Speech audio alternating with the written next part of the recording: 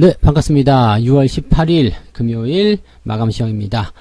자, 플러스 1.2%나 상승을 했습니다. 바로 코스닥의 위험이 느껴지는 그런 날이었는데요. 자, 이것은 이제 어부지리 같은 느낌이긴 합니다. 외국인들이 매도를 치게 되면서 거래소 쪽에 있던 자금들이 코스닥 쪽으로 많이 이동을 했죠. 그래서 자금의 이동에 따른 그런 상승이기 때문에 언제든지 거래소 쪽에 매수가 들어간다 싶으면 코스닥 쪽에 물량이 다시 빠져나올 수도 있습니다. 상대적으로 거래소는 강하게 상승을 했고요. 코스닥은 좀 덜 오른 감이 있었거든요. 그래서 그런 부분들에 대한 키 맞추기가 지금 진행되고 있다 보시면 되겠고요. 코스닥 종목들 중소형주 갖고 계신 분들은 그것 때문에 오늘 약간은 좀 행복해 하지 않았었을까 생각이 좀 듭니다. 시장이 어떻든 수급이 어떻든 계좌는 올라간다. 그것이 오늘 시장의 중요한 포인트였던 것 같습니다.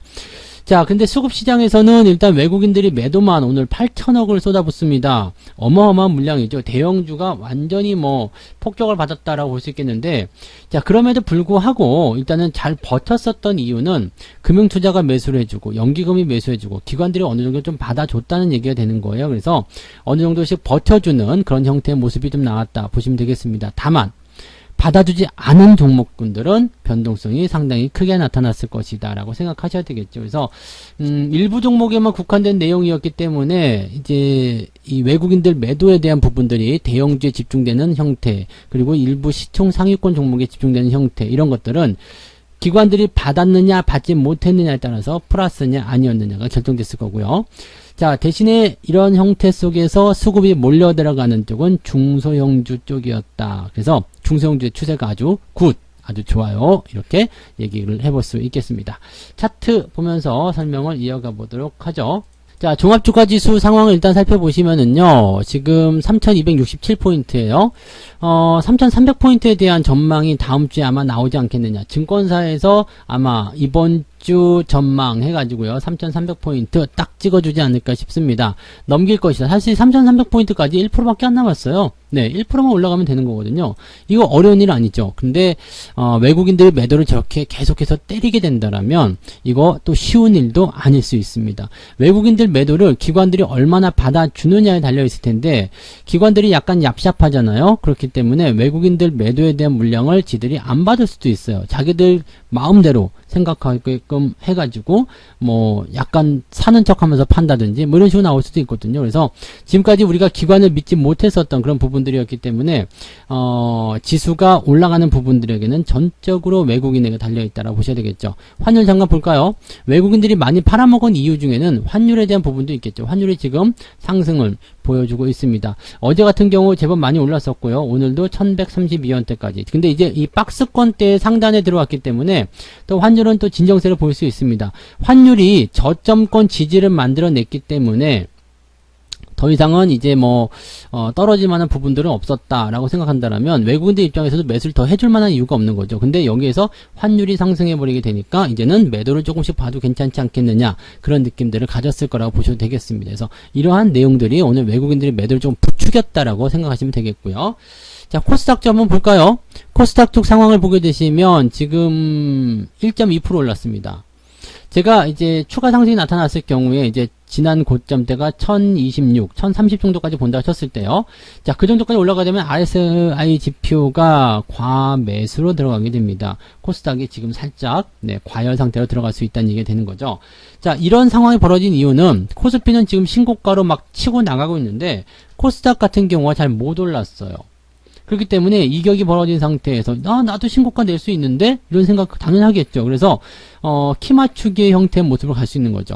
대형주가 일단 치고 올라가는데 환율 때문에 외국인들이 매도를 치니까 대형주들이 다시 가라앉는 모습, 이 상태에서 눈을 돌려보니까 코스닥 쪽의 종목군들이 많이 안 올랐더라. 시장이 많이 안 올랐더라. 그렇다면 거기서 매수가 유입이 되는 그런 형태로 갈 수 있었다는 얘기가 되는 겁니다. 그래서 지금 코스닥 시장 상황은요, 일단 추가 상승을 더 기대해 볼 수 있지 않을까라는 생각은 해볼 수가 있겠습니다. 근데 절대적으로 믿어서는 안 되고요. 단기적으로 올라가면 올라갈수록 리스크는 커진다라고 보시면 되겠습니다. 자, 수급 보도록 하죠. 수급 상황을 보시면 외국인들이 8천억이 넘게 매도를 쳤습니다. 그러면서 금융투자가 지금 2천억 정도 순매수, 연기금은 매도로 바뀌었습니다. 근데 특이한 게 있죠. 바로 코스닥 쪽. 코스닥 쪽에는 외국인들이 2,700억 순매수, 금융투자가 300억 순매수, 연기금도 400억이나 순매수를 해주게 됩니다. 투신도 들어왔고요. 그래서 기관과 외국인의 움직임들이 이런 매수 물량이 코스닥 쪽으로 쫙 빨려 들어갔다 보시면 되겠죠. 물론 매도 물량 에 비해서는 많지는 않습니다만 코스닥은 덩치들이 작기 때문에 아시죠? 코스피가 조금만 움직이는 것과 그 같은 물량이라도요. 코스피 쪽에 들어가면 조금밖에 안 움직이겠지만 코스닥 쪽에 들어가면 팍팍 튈 수가 있거든요. 그래서 오늘은 중소형주, 코스닥 종목들 이런 것들 갖고 계신 분들은 아마도 오늘 계좌가 나쁘지 않았을 것이다 라고 보시면 되겠습니다. 중소형주에 대한 대응 전략은 계속적으로 말씀드리고 있었기 때문에 그런 흐름들로 포트폴리오를 잘 구축해 놓으신다면 아마 지금부터 수익률이 계속 커져가는 느낌들을 보지 않았을까 생각합니다. 오늘 용평리조트 같은 경우가 신고가 나오면서 쭉쭉 나가는 모습이 확인이 됐고요. 휠라홀딩스도 다시 올라가는 모습 보여지고 있고요. 남해화학도 오늘 신고가, 뭐 잘 올라가는 종목도 굉장히 많습니다. 삼성 엔지니어링도 지금 신고가, 잘 가는 종목도 굉장히 많죠. 자동차 부품주도 마찬가지예요. 화신 같은 경우가 또 강세, 현대위아도 강세, 이런 형태의 모습들 보여주고 있어서 지금 보면은 모든 종목이 다 나쁜 게 아니다. 네, 수익을 내주는 종목은 따로 있다. 올라가는 종목은 또 따로 있다. 이런 식으로 우리가 해석하셔도 좋지 않을까 생각이 들기도 합니다. 자, 시총 상위권 종목들 볼게요. 지금 삼성전자 같은 경우, 하이닉스 같은 경우 마이너스예요. 근데 카카오가 지금 올라가고 있고요. 네이버 올라가고 있고요. 즉 모든 종목에서 다 매도가 나오는 것이 아니라 유독 집중되는 업종군이 있었을 것이다 라고 볼 수 있는 거죠. 이런 것들은 이제 투자자들 매매 동향으로 확인을 해보실 수가 있을 것 같은데 지금 현재 상황을 보게 된다면 뭐 LG화학이나 하이닉스, 삼성전자 지금 오늘 내려간 것들이 있죠. 이런 것들이 오늘 매도가 있었을 것이다 라고 보시면 될 것 같아요. 그 다음에 후반부 주자로 보게 되시면 지금 20위권, 15위권부터 보시면은 엄청나게 전부 다 매도죠. 매도 향상이 만들어지고 있기 때문에 이쪽 대형주에서도 매도가 많이 진행되었다. 즉 시총이 10조 원대 넘는 종목들에게서 매도가 많이 나왔다라고 받아들이시면 될 것 같아요. 코스닥 같은 경우는 반대입니다. 다 올랐어요. 아주 잘 올랐습니다. 잘 올라가는 모습이고 CJ ENM이 아까 전에는 7일까지 내려갔었는데요. 지금 살짝 막판에 올려놓고 신고가예요. 아, 좋은 모습이고요. HLB가 상승폭을 조금 반납하게 되면 면서 다시 6위를 탈환하는 모습입니다. 이제 차이 얼마 안 나죠? 근데 이 시총 상위권에 있는 종목들이 같이 올라가고 있는 상황이기 때문에 뒤집어 엎는 것은 그렇게 쉬운 일은 아닌 것 같다라고 판단은 할 수 있겠습니다. 자, 그 외에도 뭐 이게 코스닥 쪽에 있는 실질적인 어떤 그런 부분들이 크게 나쁘게 보이지 않는다. 이것이 또 중요한 움직임의 포인트가 되겠습니다. 그래서 지금 시총 상위권에 있는 종목군들 같은 경우는 코스닥 쪽도 다 괜찮았는데 거래소 쪽만 죽쓰고 있는 상태다라고 보셔야 되겠죠. 매매 동향 살펴보도록 합니다. 자, 지금 기관 쪽, 외국인 쪽 봐야 되겠는데 외국인들 매매 먼저 살펴볼게요. 오늘 삼성전자, 카카오, 하이닉스, 현대차 뭐 보이시죠? 카카오 하나를 제외하고는 전부 다 매도가 나왔었겠구나라고 생각되는 종목들이 집중되고 있는 모습이고요. 삼성전자에 무려 4,500억입니다. 어마어마한 물량이죠. 순식간에 확 쏟아지는 그런 형태의 모습으로 진행되었다 보시면 되겠는데 그럼에도 불구하고 삼성전자가 많이 빠지진 않았어요. 근데 8만원대를 또다시 깰 수 있는 상황, 그리고 주가가 계속 이 하향 추세를 따라서 움직이는 상황, 이런 모습이 만들어졌다는 것이 좀 부담스럽죠. 그리고 하나솔루션, 삼성 SDI 좀 올라온 종목들은 전체적으로 매수를 좀 해주는 모습이에요. 하이브도 있고요. HLB 이런 종목들 전체적으로 매수하게 되면서 좀 올라오는 종목들 위주의 매수가 외국인들 쪽에서 나타났다라고 보시면 되겠습니다. 기관들 같은 경우는 어땠을까요? 금융투자 먼저 볼까요? 삼성전자 매수했고요. 레버리지, 코스닥 쪽의 레버리지입니다. 코스닥 레버리지, 그 다음에 코덱스 레버리지 있는데 물량이 절반밖에 되지 않죠. 하지만 지금 인버스 쪽이 안 보이는 거 보면은 시장에 대한, 이 큰 시장에 대한 부분들은 글쎄요라고 생각하는 것 같아요. 내려간다기보다도 일단 버티는 것 같은 느낌인 것 같은데 코스닥 쪽에 대한 부분들은요, 네, 코스닥 시장이 더 상승할 것이다라는 느낌의 투자를 하고 있는 것 같다 생각됩니다. 지금 금융투자가 그래도 삼성전자를 어느 정도 받아줬으니까 조금이라도 낙폭이 더 축소되지 않았을까 싶기도 합니다. 그래서 금융투자가 오늘은 지수를 붙잡는 역할을 좀 했을 거라고 판단하시면 될 것 같아요. 삼성전자와 그 다음에 뭐 레버리지, 현대차 뭐 이런 것도 다 샀단 말이에요. 그러니까 지수를 어느 시점에서 잡아놓고 니들 더 빠지면 안 돼, 큰일 나, 이런 식으로 계산을 했을 거라고 보시면 되겠고요. 연기금 같은 경우는 외국인하고 거의 비슷할 것 같아요. 지금 보면 삼성전자, 하이닉스 당연히 있고요. 그 다음에 포스코 많이 팔았고요. NC소프트, 신세계도 오늘 매도가 나타나는 모습입니다. 그래서 주가가 계속 하락하는 모습으로 진행이 되고 있고요. 순매수 같은 경우는 SDI 같은 내용이죠. 그 다음에 LG생활건강도 지금 순매수 들어가 있는 상태고요. 그 다음에 한국전력, 뭐 하이브 이런 종목들 매수가 들어가 있는 상태입니다. 요거 딱 느낌 보시면 아시겠죠? 연기금과 외국인들은 비슷한 형태의 움직임으로써 기존에 있었던 많이 올랐던 대형주들에 대한 차익 실현이 진행되고 있는 모습이었고요.